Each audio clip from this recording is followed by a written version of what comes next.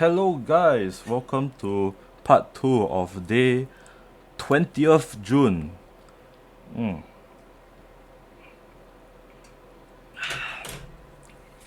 Yes, this is part 2 and I'd like to just say that this is something new I'm trying to do.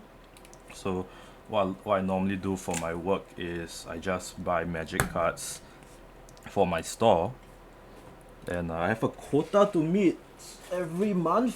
Oh, hold on, something's happening. Shit. Yes, okay.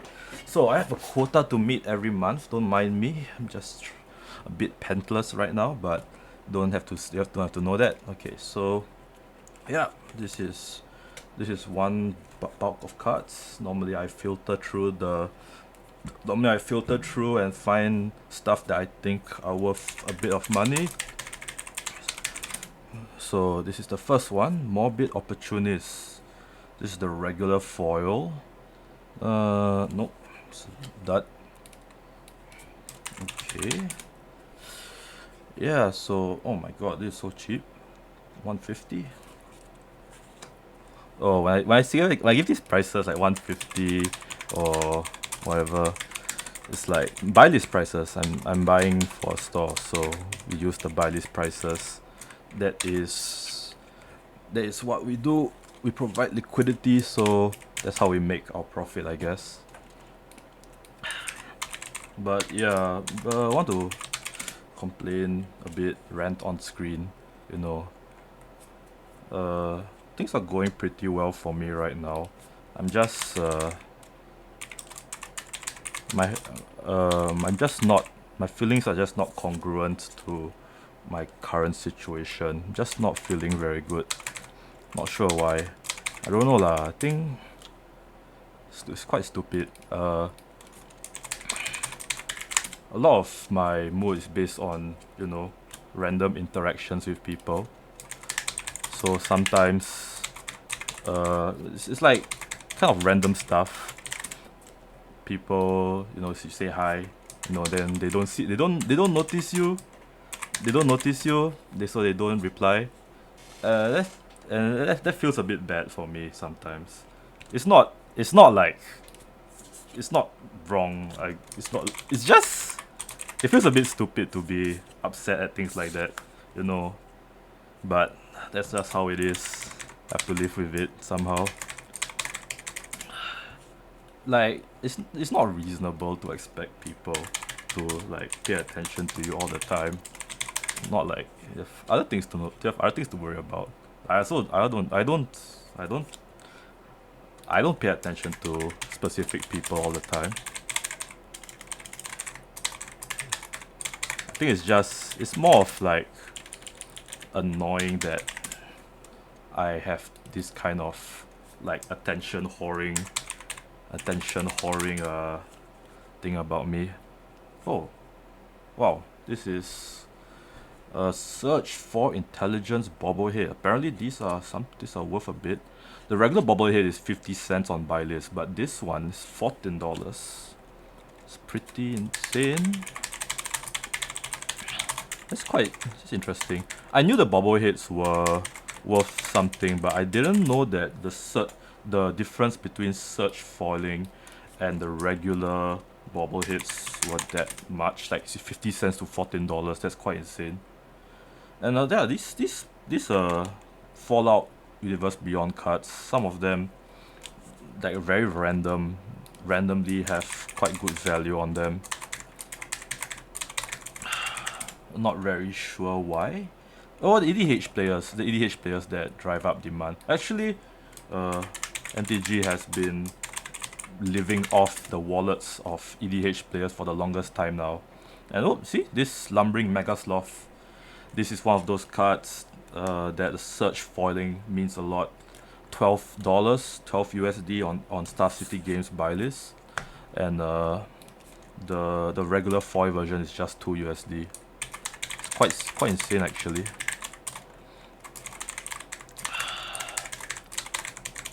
Yeah, so I'm just keying in the prices. Oh shit, accidentally closed the window. Red Storm. Let's go Red Storm. This is actually quite expensive. No, it's not expensive. It's like 350 on buy list. It's probably retails. It probably retails for 6 to 7 USD. So I think 6 to 7 SGD on the secondary market. But I don't know. Just this kind of cards feels a bit janky. Like what does it do? What does it do? It's 3 blue. Storm proliferate. So you proliferate for every card you've casted this turn. That's basically what Storm does. Is it that good? I don't know, man. It's not bulk, so take it. Massacre Girl, known killer. Wow. Knifey wifey. It's kind of weird that some of these cards, you know, you don't. I moderate the online Facebook groups for trading in Singapore. So I always like take note of what sells on the secondary market and what doesn't sell.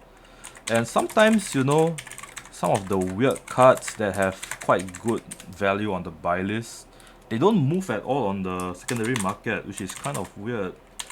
Maybe it has something to do with probably how the buy list and the secondary market, they're a bit disconnected. Like the buy list is based on the American markets, because Star City Games and Card Kingdom, they are both well, obviously American entities, so they cater to that market. Maybe it's like a regional thing, I guess. Some cards do better here, some cards do better overseas. Like it's like Japan.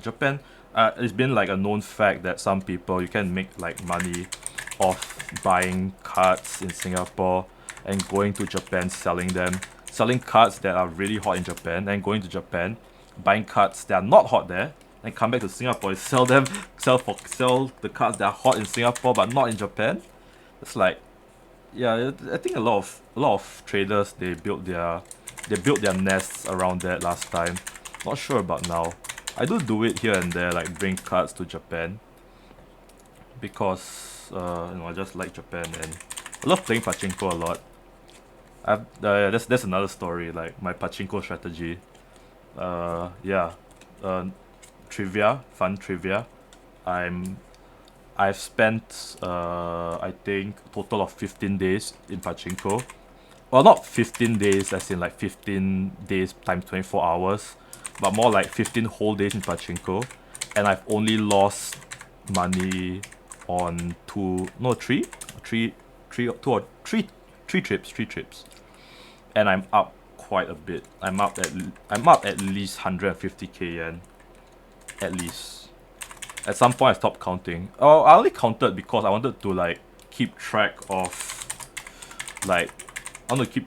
my winnings, to see if I was being lucky really, or like if my strategy really worked.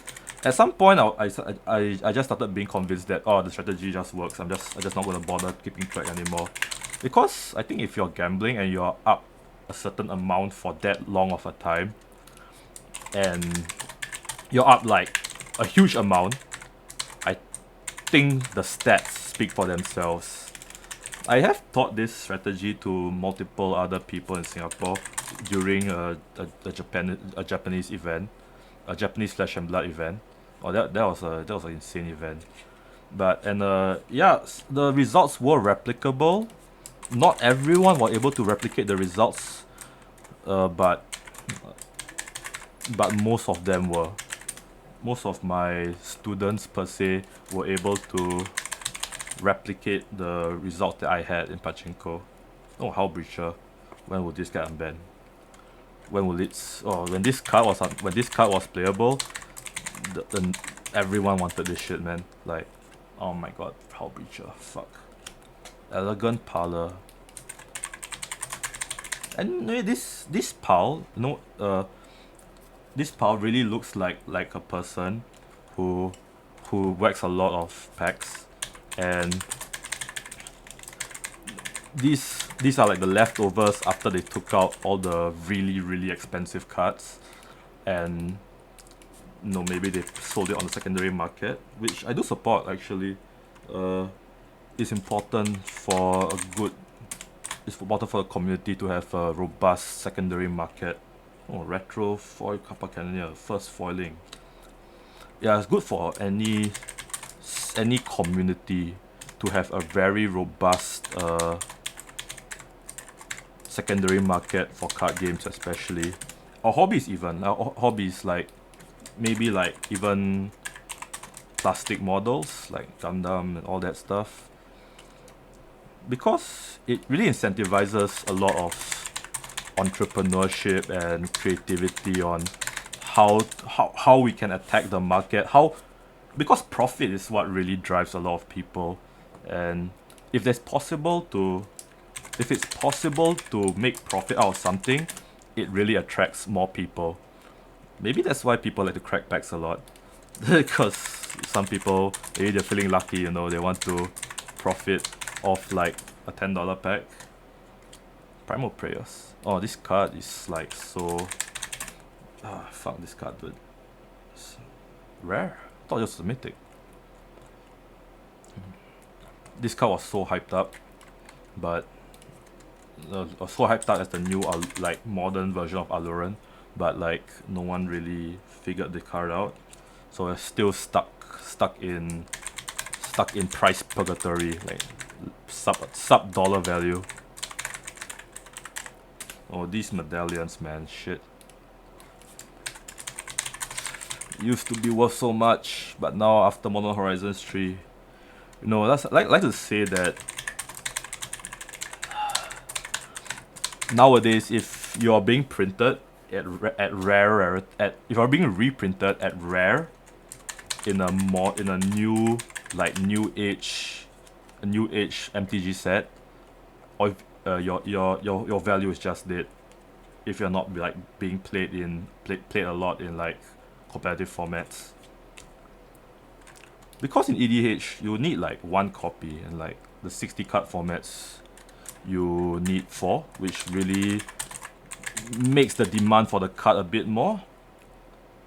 Well, it kind of depends. It's dependent on whether the card is like, how many copies does a deck play of it. In EDH it's always 1, but sometimes in like modern legacy standard cards it's like 4, and maybe the card more than 1 deck plays it, or the deck that plays it is like really fucking good. That all these small things add up, and it determines the price of the card sometimes.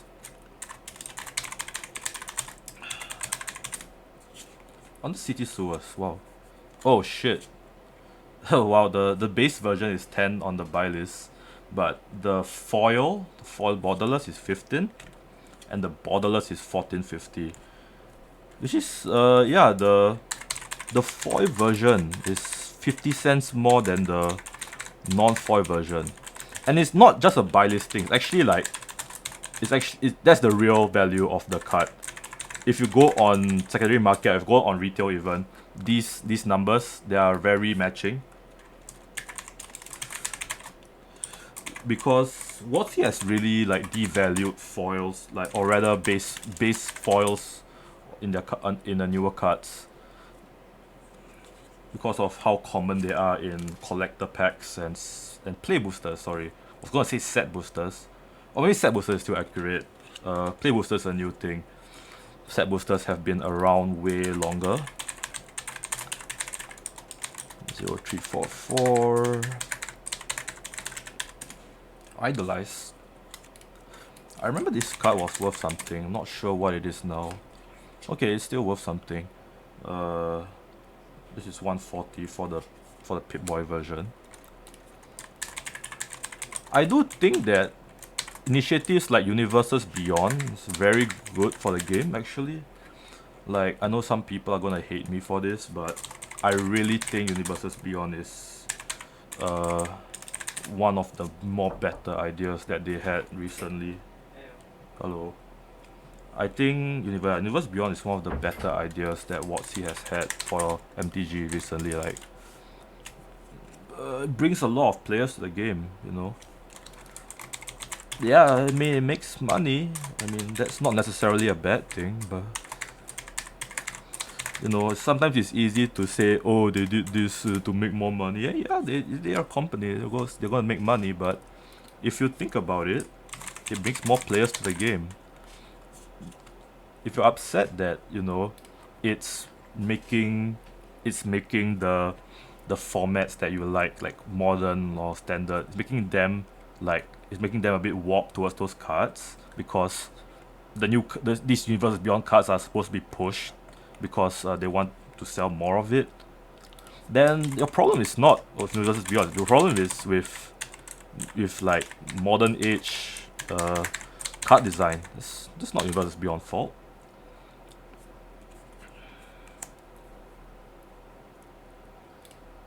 I do understand though, like the recent sets, the power levels been pushed a bit.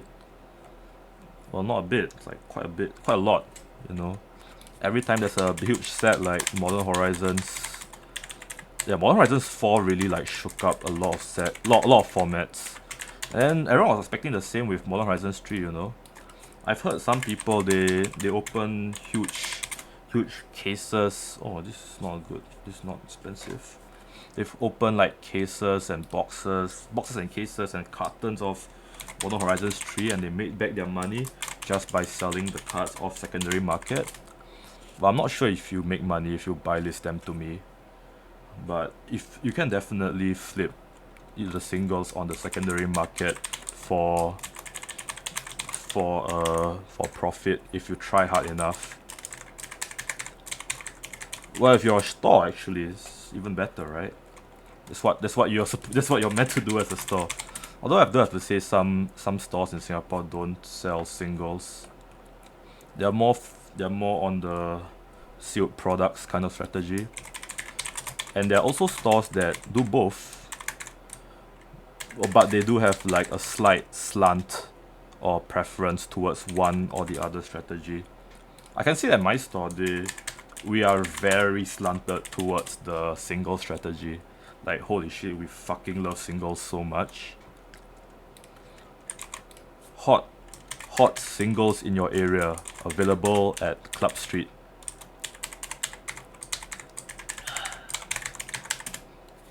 Molten Duplicate.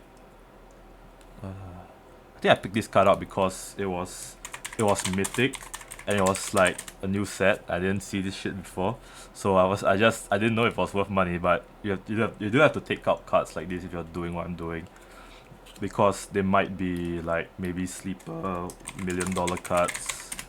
You know, $1 million being a gross exaggeration, but you know what I mean. Red Storm, Search Foil. Oh my god, this is 25 USD? Damn. Yeah, actually some sets like Doctor Who, the Search foiling doesn't do shit on the price, but it seems like for Fallout, Search foiling is a huge premium. I guess they like to churn out certain foilings for certain sets more frequently. They make their frequency a bit higher.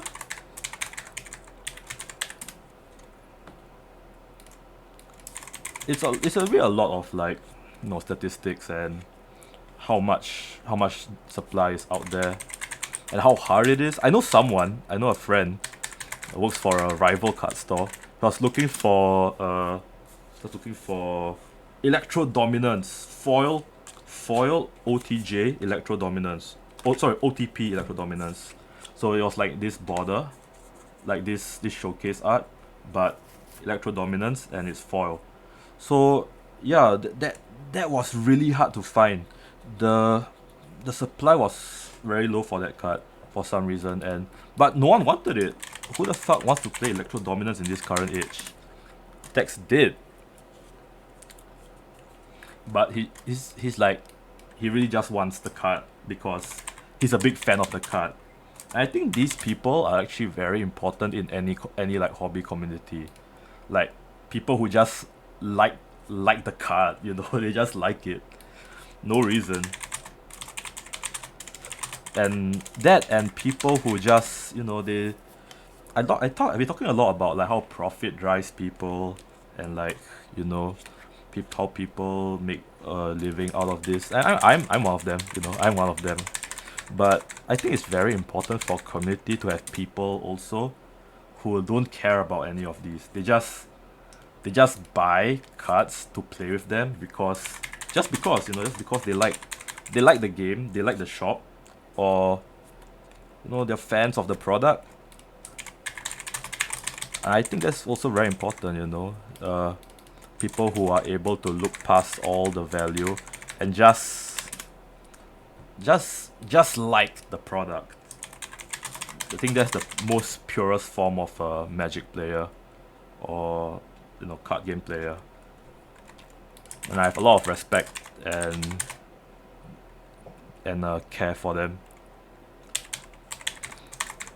I always like you know this casual. I think yeah this casual crowd, if you want to call them that. I always look out for them. Without them, I wouldn't be here.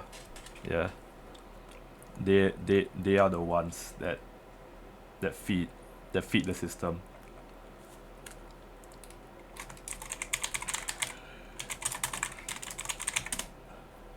Oh, Archdruid's Charm. Foil. This card used to be a bit higher, but I guess the hype died down for this card.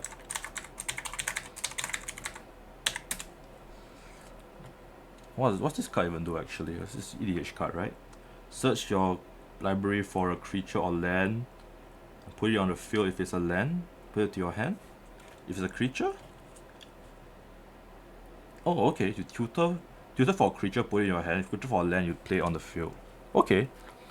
This is the most direct Gaia's Cradle tutor I've ever seen. Actually, that's interesting.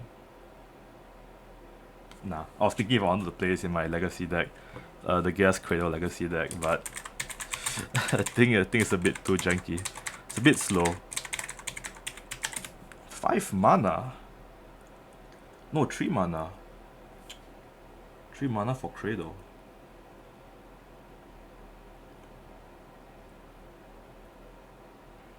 Okay, I'm getting a bit sidetracked.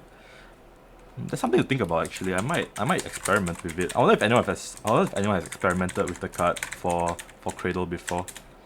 It's a very interesting idea. 3 mana is not hard to get. You turn 1 you have 2 mana. Turn 2 you play land, you play this card, you get Cradle. Yeah, it doesn't sound so bad, right? I guess the problem is it's not a creature. The deck really wants creatures. Like, so that's why cards like Elvish Reclaimer are very good in the deck. Add the creature count because there's a lot of synergy with all the creature meta cards. Also, it's also tutorable with all the creature tutors in the deck. I guess that's what makes the deck good. There's a lot of coherence in the team. Like if it's a creature deck, you have cards that synergize. If you have creatures in the deck, wow. And if the card that you want to put in is a creature, it makes the deck even better. Wow, holy shit. Who knew?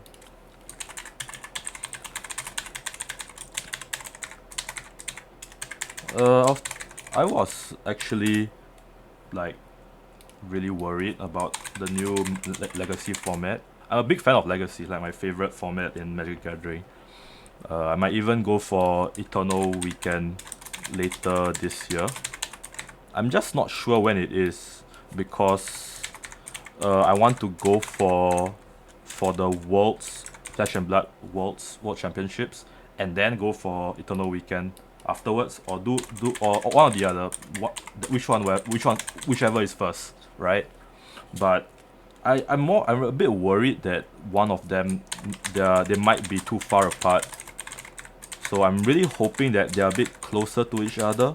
maybe like a week separate or two. If it's like 1 month or 4 months apart, like 20 days apart, that might be a bit of a problem for me. I don't really like being away from home for too long, and also I don't really like to be away from my work for too long. Also, I do like working. It's not like, I like working. I just like my job. It's a good job. It's a good job for the kind of person that I am. What was I saying? What was I talking about? Oh yeah, legacy. Yeah, so I was a bit worried about the new format. Necro dominance seems to be a problem, but I guess it's not. It doesn't seem to be as threatening as I thought it was, because apparently Newton Hang, the guy who specializes in the deck and that deck that I play, and he just, very creative person, made the deck. He has been putting up some results on the challenges, or is it the dailies? Leagues, yes. Magic Online leagues. He has good record, so he has been beating the deck. I think his win rate against Necro Dominance is about, based on what he says, maybe it's like 60%. So it's not as bad as I thought it was. Just have to account for the meta share and put and tag accordingly, I guess. Oh, this actually is adding up to be quite a bit. I wasn't very confident that this would be a lot, but the more I slowly add up the values, seems to be going up. Oh, this is called Slick Shot Show Off. Japan was buying this for 2.2k yen, I believe, but now it's a bit lower. The hype has died down a bit. That's the problem with the Japan strategy. It's very volatile. The market is very volatile.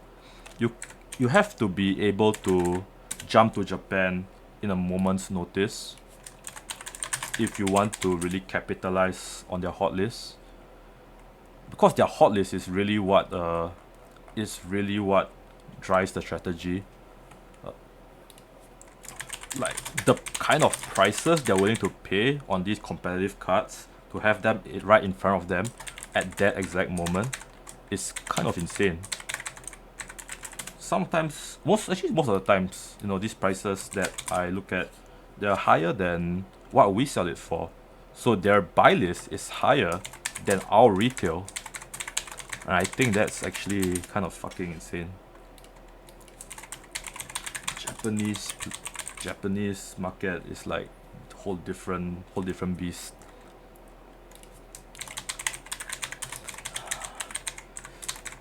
It used to be a bit harder to approach that market, but now, internet and all that stuff, flights to Japan are cheaper because of new routes, new airlines, all that stuff. It's pretty good, pretty easy to do it now. And yeah, it has affected the Japan buy list a bit, because their appetite has dropped a bit because we've been feeding them too much, I guess. So there's a bit more competition if you want to really do the Japan buy list strategy. Although I do not know a single person who is able to just be in Japan at a moment's notice, like instantly, one day, single day, say, oh no, Japan has a buy list, but it's up for only 2 days. I need to go there right now. I don't know a single person who is able to do that. Although I do know some people, or some shops rather, they are able to just ship their cards to Japan. And shipping cards to Japan actually is a very big privilege for people, because like they're able to really make full use of the buy list and not need to buy a whole ticket there. And also, I guess not spending time there also is a huge factor. Being able to just stay at home.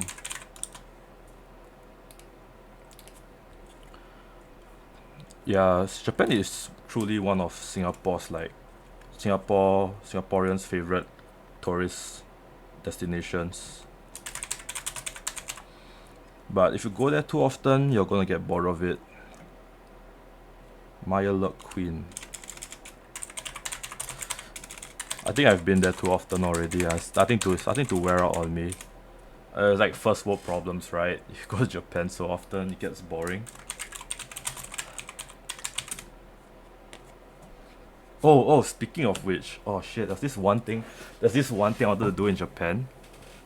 This insane strategy. No, I'll call it insane strategy. Like, it's like, okay, hear this out. So, when I was young, I had my first psychotic episode. Like, the kind of shit that you have to go to, like, the shrink for. So, throughout that whole time, I was watching Higurashi when they cry, and yeah, it really affected a lot of my triggers. And if I see like references to that show in real life, like I hear fucking cicadas crying, or I see like those meals, those like steaks and burgers. They have those like food flags and poke it on that burger. Wow, if I see that, it sets something off in my brain. I just lose my shit. Oh my god, that's oh, it's so random. I know it sounds really random, but if I see shit like that, like something in my brain just like goes off, and I start feeling a bit like, I don't know, a bit shocked. Or I just start hearing shit, I don't know. It's hard to explain. It's very hard to explain. Just get overloaded with emotions, I guess. Maybe. I'm not sure. Oh, but yeah. Anyway, back to what I was talking about. Yeah. So basically, the whole anime it was based around this village in Japan. So I found out that the village was actually a real place. Like all the scenes in the show and the visual novel, they were based on like a real fucking village. And they changed the village's name, but like every single landmark is a real place. So I had this insane idea. What if I just go to that place to set off the biggest fucking psychotic episode known to man, or known to me, and I just lose my shit over there? Thought that would be fucking funny. Then I talked to some friends and they were like, Alfred, don't fucking do that. What the fuck? I was like, yeah, maybe I should do that. But it was a really interesting idea to entertain myself. What if I just did that? Who knows what was gonna happen? Maybe I would go there one day, but with a friend and a lot of medication, like backup medication, overdose myself a bit if something happens. But as of now, not really. Won't go there. Not part of the plans. Oh, hostile investigator. It's kind of money, ah. Holy shit! What's this card even do? When hostile investigator enters the battlefield, target opponent discards a card. Whenever one or more players discard one or more cards, investigate. This ability only triggers once each turn. Good meh? I mean, if you based on a purely value engine kind of way, I guess it's pretty good, I guess. But is this legal in standard? I guess it's legal in standard. I'm not sure, but if it's legal in standard, I could see why that it has its price. These kinds of cards tend to be pretty good in standard. Very big value engine cards. I've really shifted my gameplay a lot in Magic Gathering. Like, I used to be a big fan of like unfair decks that like did ridiculous shit for the value that you're getting. But recently I've been playing a lot of fairer decks, you know. Decks that trade my one card for your one card. Then I get some value here and there. Then I beat you on these small incremental advantages. I guess it's a maybe shift in personality. Slight shift in personality. I used to joke last time that I'm the same person all the time, you know. Alpha never changes. That's a fucking lie, dude. That's a fucking lie. I think I changed like I like one thing I like to do. I like to take those MBTI tests. You know, I don't really believe in it, but it's entertaining to take. I like to see like what types I get all the time, and like every few months it changes. You know, I get a different MBTI every few months. So either the test is full of shit, or I'm full of shit.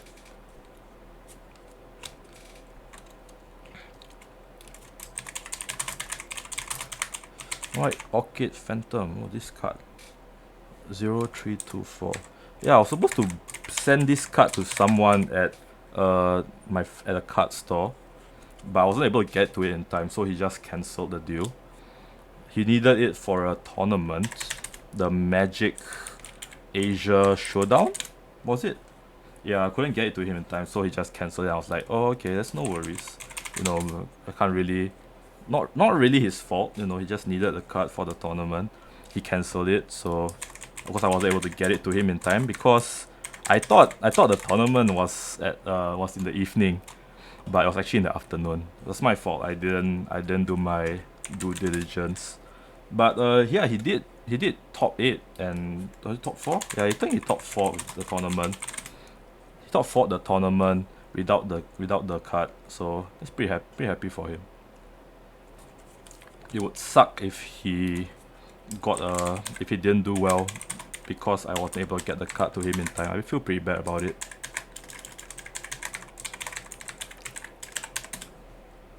Oh, see this perception bauble? Oh my god, this is probably worth nothing. Oh no, never mind, it's 360. Wow. But yeah, I think I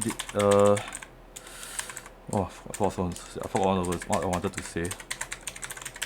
These kinds of videos will probably be what occupy my channel for a while. You know, just me looking at cards and doing my work while I talk to the mirror. I think it's nice, you know. Or sometimes I play games with my friends. I might put those up, you know. I think I have good chemistry with some of my friends, so some funny moments may occur, you know. I do try to keep everything politically correct, I guess. Yeah. I try not to say anything too sus. I do want to keep myself as a clean figure. You know, maybe a bit unhinged at times, but I don't really like to be too unhinged. Try to be family friendly, you know. I'm trying to pivot off that kind of shock value, very rude kind of person. I kind of just believe in being nice to people, I guess. Saying nice things. It can be funny, it can be entertaining without saying, like, you know, slurs and stuff. Whoa, what? Why is the retro version less on the buy list? The normal version is 19 USD, the retro version is 16.5. I feel bad just giving him 16.5. I'm just gonna bump it up to 19. I don't think I should. I don't think it's fair to give him 16.5 for this. Okay, let me check retail.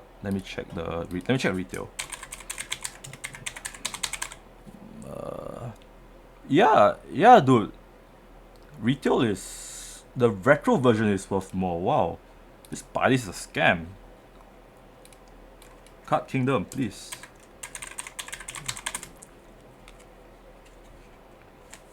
No, no. Oh, Tragic Slip. Secret. Oh, drop a card. Never mind. It's a bulk. Tragic Slip. SPG Tragic Slip. I might take this for my EDH deck. I'll consider it. Yeah, one thing I like about this job is sometimes you see cards that you like, you know, just need to cover the balance sheet, you know, don't make sure you pay for the cards. And my bosses are normally okay with me like taking some of the cards for myself. But if it's like, you know, cards that the store really needs, or that are out of stock, or like they're really hot, or they're like the hot list right now, then yeah, I guess it goes to them, you know. They do pay my salary. I should have their I should have my company's best interest in mind. I don't really like the idea of, you know, taking cards that they need from them. Sale safety. They do front the money for me to be able to buy these cards after all. So I have to be fair to them, you know. Shouldn't take advantage of my company's kindness. Like I do tell them, but oh, how do I spell this? Is this on buy list? Oh, it's Ella Damri. Ella Damri. I misspelled it. $98. Okay, $8. Oh, Talon Gates of Mother. I was looking for this, but I already have one. Where is it? Where did I put it?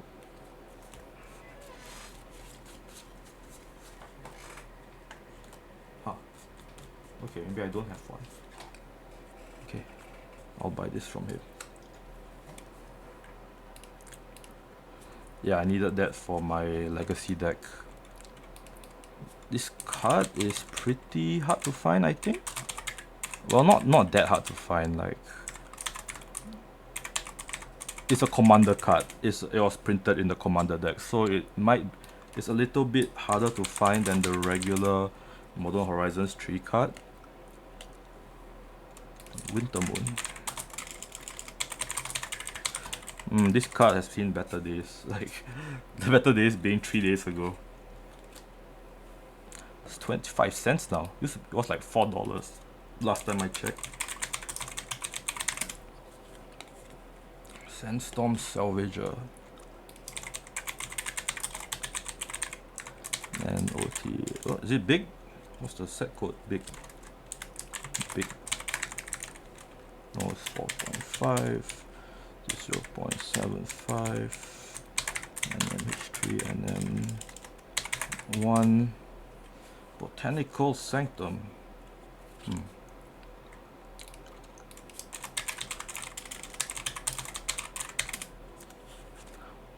Wow, the price on these fast lands have really tanked so bad. Collector's Cage. I'm not sure what placed this. Is it EDH card? White. I've really been complaining about the power level of white recently. Like, how's white becoming? Why does white get everything? What happened to the color pie? Why does white have every single mechanic in the game? Card draw, ramp, removal. Wow. What's the... Actually, they're kind of homogenizing every color in the game, I feel. Like, every color is able to do everything now. Like, you know what I mean, right? Like, blue used to be like counter spell, card draw, and their removal was not really removal. It was more of like counter spell to their answers to threats was like counter spell your stuff. But recently, or quite a while already, they've been printing more cards, more blue cards that just remove the card, nullify the threat on board. Like, I guess they do it in flavor. Like, if you want to if a blue card wanted to remove a card, a creature, they would just it would just say, you know, exile it, turn it into and you get a frog. So effectively, the flavor behind the card is like hybridization, especially one of those cards. You'll be like, I am transforming this creature into a frog, so it does nothing. And so that's the way that blue kind of does removal now. And that's the thing, right? Like, white has that same thing too. It has generous gift and crypt swap. So really, is there like difference anymore? And yeah, green has Song of Dryads. Even these kinds of color shift concepts, they get shared around a lot. I think we are losing sense of the color pie eventually. But I guess it's one of those things where it's inevitable because design space is getting so crowded. Eventually you run out of ideas. You have to start, you know, taking ideas from other colors. I guess that's one of the consequences of you having a game last forever. Eternal format kind of thing. Oh, I guess that's a problem in Yu-Gi-Oh too, right? Like you have Yu-Gi-Oh, you have like random cards that just become insanely good because you print like a new archetype, and you have this random ass card printed in like 2000s that just synergizes so well with the card. You're gonna trip up somewhere with your design space if you have like unending formats. Eternal format, sorry, that's a better word. Oh, Crucible of Worlds. Vault Kit version. Oh my god. Crucible of Worlds Vault Kit. Oh, the foil and the non-foil are the same price on buy list. Wow.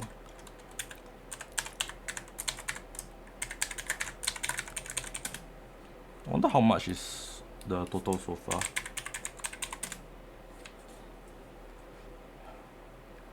Hmm, 0327.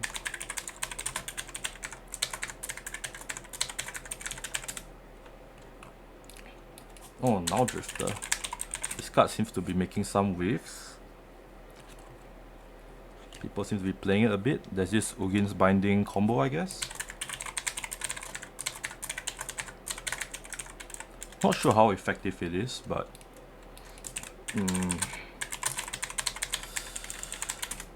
we'll have to see. Give it time. Have to give it time.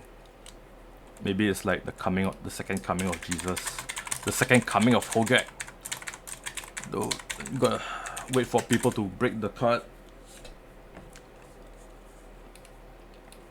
Man, Leyline of the Void.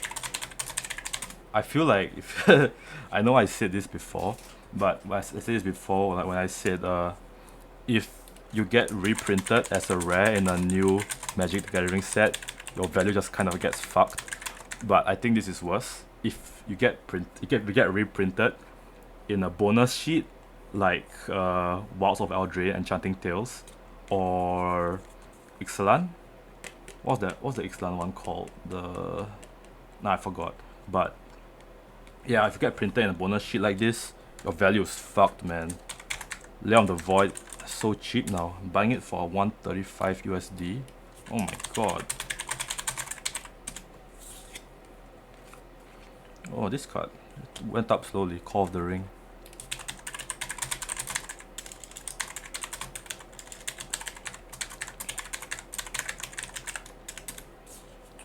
Let's see. Anything more? Oh, Strider Lookout.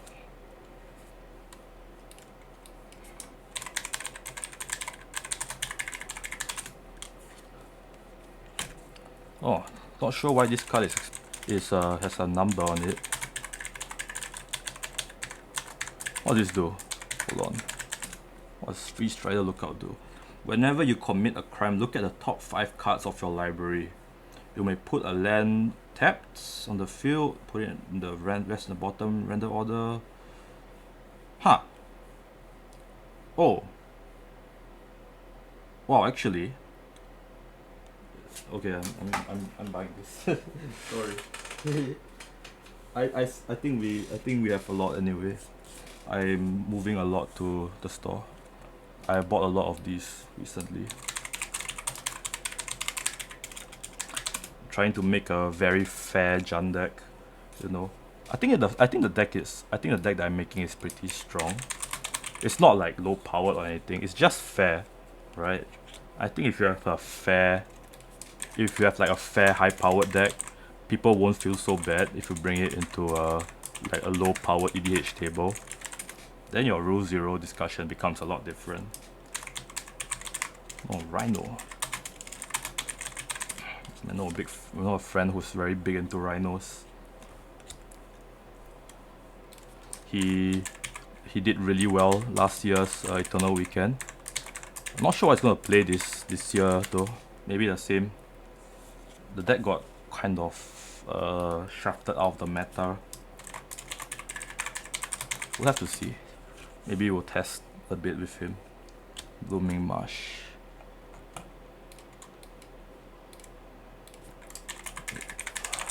What's this? Foil. NM1 0.35. Okay. How much is this? I think it might be 400.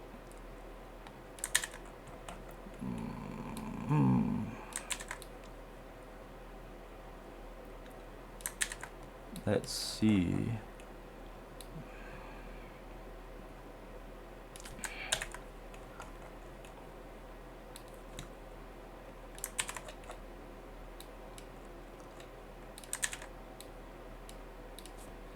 For some.